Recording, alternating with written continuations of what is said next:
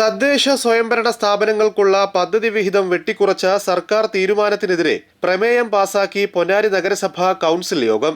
കേരളത്തിന്റെ ഗ്രാമങ്ങളുടെയും നഗരങ്ങളുടെയും വികസനത്തിൽ ജനകീയ ആസൂത്രണ സംവിധാനത്തിന് നിർണായക പങ്കുണ്ടെന്ന് പ്രമേയം ചൂണ്ടിക്കാട്ടി.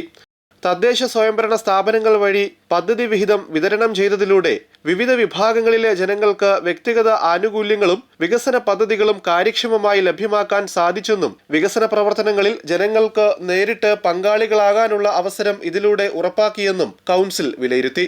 പദ്ധതി വിഹിതം വെട്ടിക്കുറക്കുന്നത് നഗരസഭയിലെ വിവിധ പദ്ധതികളുടെ നിർവഹണത്തെ പ്രതികൂലമായി ബാധിക്കുമെന്നും വാർഡുകളിൽ ഉയർന്നുവരുന്ന ജനകീയ ആവശ്യങ്ങൾ അടിസ്ഥാനമാക്കിയുള്ള പുതിയ പദ്ധതികൾ നടപ്പാക്കാൻ കഴിയാത്ത സാഹചര്യമുണ്ടാകുമെന്നും പ്രമേയത്തിൽ ആശങ്ക രേഖപ്പെടുത്തി.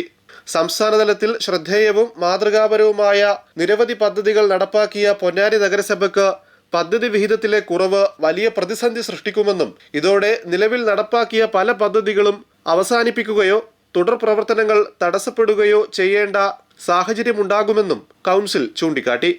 പ്രാദേശിക ഭരണകൂടങ്ങളുടെ ഫണ്ട് വെട്ടിക്കുറക്കുന്നത് ജനങ്ങൾക്ക് ലഭിച്ച വികസനാധികാരത്തെ ദുർബലപ്പെടുത്തുകയും തദ്ദേശ സ്ഥാപനങ്ങളുടെ പ്രവർത്തനക്ഷമതയെ ബാധിക്കുകയും ചെയ്യുമെന്ന് പ്രമേയം വ്യക്തമാക്കി.